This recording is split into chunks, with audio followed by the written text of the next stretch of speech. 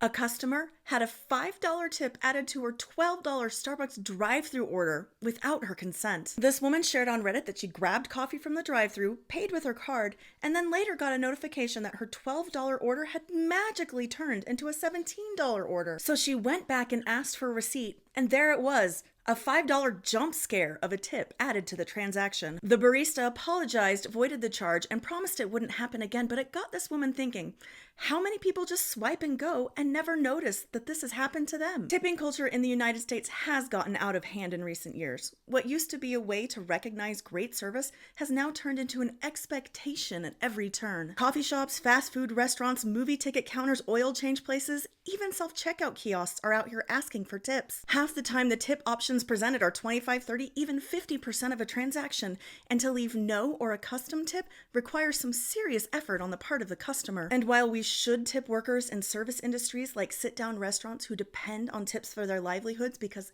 that's the system we've got, tipping should be a choice, not a sneaky upcharge. And if an employee adds a tip without telling you, that's not just shady, it's straight up illegal. Transparency and trust matter, and no one should have to dissect a receipt just to make sure they weren't charged extra for something that they never agreed to.